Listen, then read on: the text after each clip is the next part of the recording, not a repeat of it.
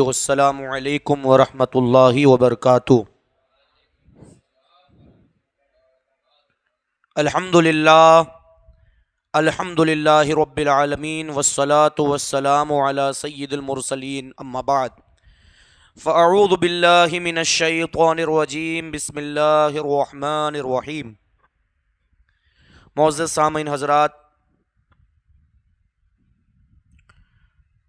کافی دیر سے آپ تمامی لوگ یہاں بیٹھے ہوئے ہیں،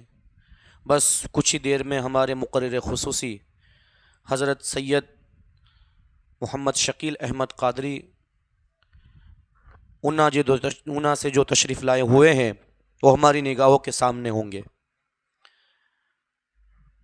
ان کے آنے سے پہلے کچھ باتیں آپ کی سماعتوں کے حوالے میں کرنا چاہوں گا۔ جیسے ہی وہ تشریف لائیں گے انشاءاللہ تعالی ہم ان کے ہاتھوں میں مائک کو سپر کر دیں گے اور ان کی مفصل اور سریلی آواز میں اور علمی ان کی گفتگو ہم سنیں گے انشاءاللہ تعالی۔ حضرات، اللہ تبارک و تعالی جو اس پوری کائنات کا پالنہار ہے، جس نے پورے سنسار کو بنایا، زمین، آسمان، چاند، سورج، ستارے، ہر چیز کو اللہ تبارک و تعالی نے پیدا کیا، اور اسی محبوب اور اسی رب تبارک و تعالی نے پیارے حبیب، پیارے محبوب علیہ السلام کو بھی پیدا فرمایا۔ تو عزیزان ملت اسلامیہ، اللہ تبارک و تعالی نے جو پیارے آقا علیہ السلام کو اس دنیا میں جب بھیجا تو حضور علیہ السلام کے ساتھ اللہ تبارک و تعالی نے ایک ایسے نور کو بھی بھیجا جس کے بارے میں اللہ تبارک و تعالی نے ارشاد فرمایا، قد جاءکم من اللہ نور و کتاب مبین، تحقیق کہ تمہارے پاس اللہ کی جانب سے ایک نور آیا اور ایک روشن کتاب۔ اب نور سے مراد آپ جانتے ہیں کہ سرکار علیہ السلام کی ذات بابرکت ہے، اور کتاب سے مراد قرآن مجید ہے۔ آج آپ نے یہ سب کچھ کیا، ہم نے صبح جلوس کیا، اس جلوس کے درمیان میں بہت ساری نیازیں تقسیم کی، پھر حضور علیہ السلام کی نعت پاک کو سنا، اور پھر دوپہر میں جمعہ کی نماز بھی پڑھی۔ پھر نماز کے بعد بہت سارے لوگوں نے گھر پر نیاز بنائی ہوگی اپنے گھروں پہ، بہت سارے لوگ قبرستان گئے ہوں گے اپنے مردوں کے پاس ان کے ایصال ثواب کے لیے، پھر واپس عصر کی نماز، پھر مغرب کے وقت میں پیارے آقا علیہ السلام کی نسبت سے نیاز شریف بھی بنائی گئی۔ اب میں آپ سے پوچھتا ہوں کہ آپ نے جلوس کیا، آپ نے جمعہ پڑھی، آپ نے نیازیں تقسیم کی، آپ نے عبادتیں کی، آپ نے ریاضتیں کی، آپ نے درود و سلام سب کچھ پڑھا کیا، یہ سب کچھ آپ کو کس نے بتایا؟ یہ سب آپ کو ملا کہاں سے؟ یہ جلوس کرنا، یہ نیاز کرنا، یہ تمام عبادتیں کہاں سے آپ کو پتا چلی؟ تو آپ لوگوں کو بے ساختہ پکارنا ہوگا کہ یہ تمام کی تمام باتیں، یہ دین کی تمام جتنے باتیں ہیں، یہ تمام کی تمام باتیں ہم کو قرآن اور احادیث کے روشنی میں ہم کو ملی ہے۔ قرآن میں اللہ تبارک و تعالیٰ نے پیارے حبیب صلی اللہ تعالی علیہ وسلم کے میلاد منانے کا جو ذکر فرمایا کہ میرے پیارے حبیب کا میلاد مناؤ اور ذکر کرو، ہم نے اسی قرآن کی روشنی پر عمل کرتے ہوئے پیارے حبیب کا میلاد سجایا۔ اور نیاز کرنا، لوگوں میں لنگر بانٹنا، شربت پلانا، یہ تمام کے تمام کام ہم نے پیارے آقا علیہ السلام کی سیرت طیبہ سے سیکھے کہ حضور علیہ السلام غریبوں میں مال کو تقسیم کیا کرتے تھے، اناج کو تقسیم کیا کرتے تھے، اور جس کو جو ضرورت ہوتی تھی وہ پیارے آقا علیہ الصلوۃ والسلام کی بارگاہ سے وہ تمام کے تمام مال کو لیا کرتا تھا۔ تو اللہ تبارک و تعالی نے ہمارے حضور کو ہمارے درمیان بھیجا اور ان کے ساتھ ایسی کتاب بھیجی کہ جس کتاب کی روشنی پر جب کوئی مسلمان عمل کرتا رہے گا، رب تبارک و تعالی اس بندے کی زندگی میں کبھی بھی نقصان اور خسارہ پیدا نہیں ہونے دے گا، ہمیشہ برکت ہی برکت رہے گی، رحمت ہی رحمت رہے گی۔ تو حضور کا میلاد یہ سجانا یہ صحابہ اور اولیاء کی سنت مبارکہ ہے، صحابہ کی سنت مبارکہ ہے۔ اور عزیزان ملت اسلامیہ، پیارے آقا علیہ الصلوۃ والسلام جب اس دنیا میں تشریف لائے، آپ نے سنا کہ ظلمت ختم ہو گئی، نور ہی نور پھیل گیا۔ اور جب حضور علیہ الصلوۃ والسلام اپنی زندگی کی پرواز چڑھنے لگے، جوانی کی دہلیز پر قدم رکھنے لگے، تو حضور علیہ الصلوۃ والسلام کو دل میں ایک اپنی امت کی فکر تھی کہ اے رب تبارک و تعالی، یہ میرے جتنے بھی ماننے والے ہیں، جو میرے امتی ہے، یہ آنکھ تو رکھتے ہیں لیکن ان کے پاس وہ دیکھنے کی بصارت نہیں ہے، یہ کان تو رکھتے ہیں مگر سننے کی وہ طاقت نہیں ہے، ان کے پاس زبان تو ہے مگر بولنے کی قوت نہیں ہے،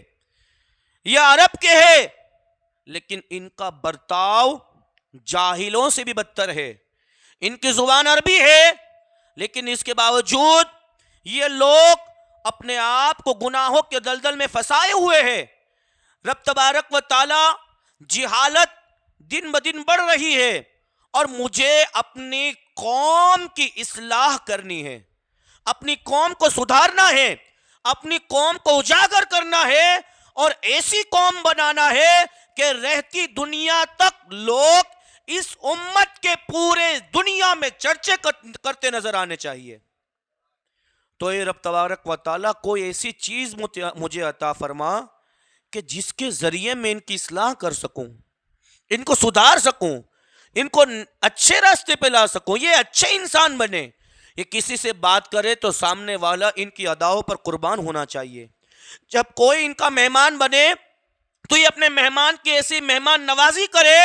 کہ ان کی مہمان نوازی سے پوری دنیا خوش ہو جائے، اور ان کو ایسا عمل عطا فرما کہ جب وہ اس عمل پر عمل کرے، اس چیز پر عمل کرے تو ان کی زندگی سنور جائے، ان کی قبر بھی سنور جائے اور ان کا حشر بھی سنور جائے۔ تو اللہ تبارک و تعالیٰ کی بارگاہ میں حضور علیہ الصلوۃ والسلام وقتاً فوقتاً غار ہرا میں تشریف لے جاتے تھے۔ آپ سبھی لوگوں نے غار ہرا کا نام تو سنا ہوگا۔ مکہ سے تھوڑی ہی دوری پر ایک وادی ہے جس کو غار ہرا کہا جاتا ہے۔ اس پہاڑ کی چوٹی پر ایک ایسی ایک ایسی وہ جگہ ہے جس میں پیارے آقا علیہ الصلوۃ والسلام تشریف فرماتے تھے کئی دنوں تک،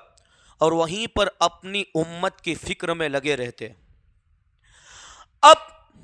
اللہ تبارک و تعالیٰ اپنے محبوب کی اس گزارش کو، اس التجا کو، اس عرض کو وہ سن رہا تھا، وہ دیکھ رہا تھا کہ میرے پیارے حبیب اپنی امت کی اصلاح کے لیے کچھ مانگ رہے ہیں، تو اب ان کو وہ چیز دی جائے، وہ ایسی چیز دی جائے کہ محبوب علیہ الصلوۃ والسلام کے دنیا سے جانے کے بعد،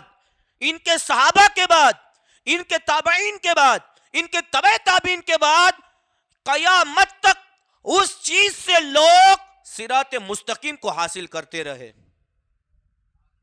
تو اللہ تبارک و تعالیٰ نے پیارے آقا علیہ الصلوۃ والسلام کو اپنی امت کی اصلاح کے لیے، ان کو سیدھے راستے پر لانے کے لیے،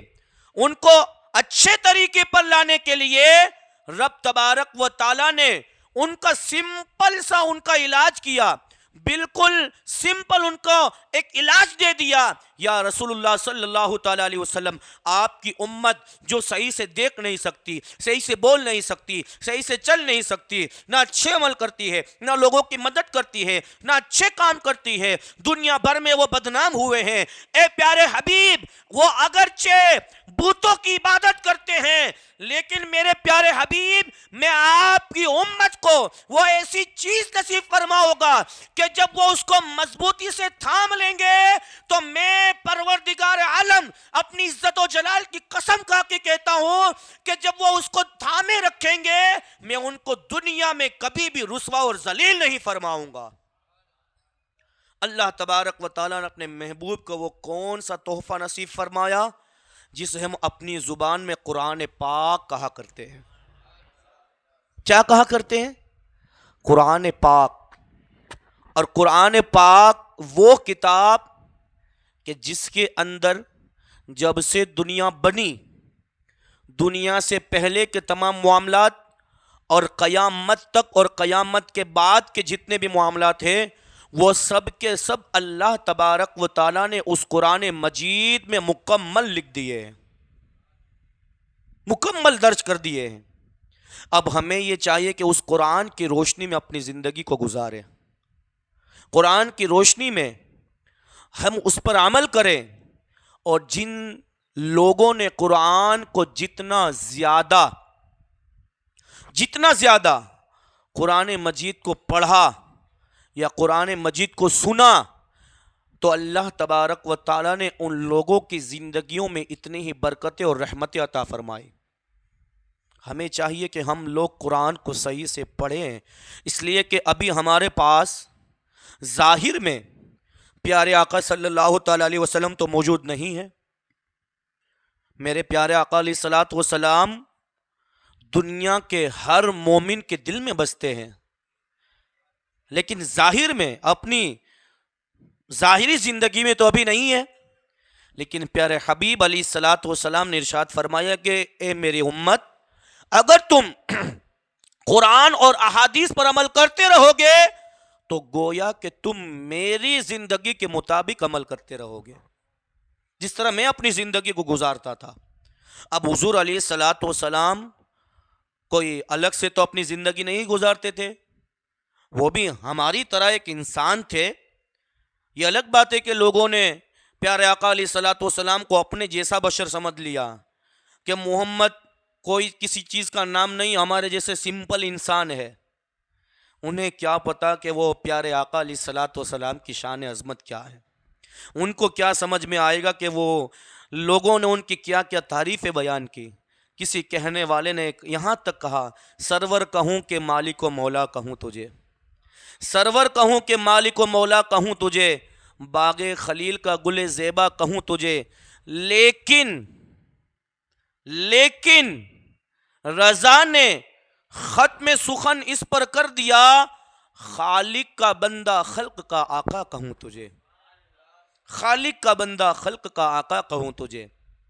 یہ ہے لوگوں نے ان کی تعریفیں بیان کی. اور پیارے آقا علیہ الصلوۃ والسلام کی شان و عظمت احادیث میں آپ دیکھیں کہ احادیث میں ایسے ایسے واقعات ملتے ہیں، ایسی یہ تاریخیں ملتی ہے کہ جب ہم ان تاریخوں کو پڑھتے ہیں تو انسان کے دل ایمان سے لبریز ہو جاتے ہیں. اور عزیزان ملت اسلامیہ، وہی قرآن مجید ہے کہ جب لوگ اس قرآن پر عمل کرتے ہیں، اللہ تبارک و تعالی اسی قرآن پر عمل کرنے کی برکت سے ان کی زندگیوں میں بھی مصیبتوں کو ہمیشہ کے لیے نیست نابود فرما دیتا ہے. آپ قرآن مجید کے اندر دیکھیں، جو بندہ ہر روز عشاء کی نماز کے بعد سورہ ملک کی تلاوت فرماتا ہے،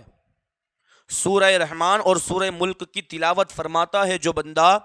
اللہ تبارک و تعالی اس کی قبر کی گھڑیوں کو آسان فرما دیتا ہے. جو روز بندہ سورہ ملک کی تلاوت کرتا ہے، اللہ تبارک و تعالی اس بندے کی قبر کی گھڑیوں کو، یعنی قبر کی سختی کو آسان فرما دیتا ہے. اور جو بندہ رزق کا متلاشی ہو، رزق طلب کرنے والا ہو، رزق کو ڈھونڈنے والا ہو، تو اس بندے کو چاہیے کہ مغرب کی نماز کے بعد یا عشاء کی نماز کے بعد ایک مرتبہ سورہ واقعہ پڑھ لے. اللہ تبارک و تعالی اس بندے کو دنیا کی محتاجگی سے دور فرما دیتا ہے. جو بندہ فجر کے وقت اٹھ کر کے سورہ فاتحہ 40 مرتبہ روزانہ پڑھنے کی عادت ڈالے، اللہ تبارک و تعالی اس کے رزق میں، اس کی زندگی میں، اس کے کاروبار میں، اس کی نسلوں میں اور اس کی جسم کے اندر اور اس کی تمام دعاؤں کو اس سورہ فاتحہ کے صدقے میں قبول فرما لیا کرتا ہے. اب پڑھ کر تو دیکھیں، عمل کر کے تو دیکھیں. قرآن میں ہر چیز کا واضح طور پر بیان کیا گیا کہ قرآن وہ کتاب ہے کہ جو الحمد کی الف سے تو شروع ہوتا ہے اور والناس کی سین پر ختم ہوتا ہے. الف سے لے کر بسم اللہ کی با سے شروع ہو کر کے والناس کی سین پر ختم ہو تو وہ جو بسم اللہ کی با اور والناس کی جو سین ہے وہ دونوں کو ملا دیا جائے تو پڑھا جاتا ہے بس. یہی بس کے صدقے میں اللہ ہم کو سب کچھ عطا کر دیتا ہے.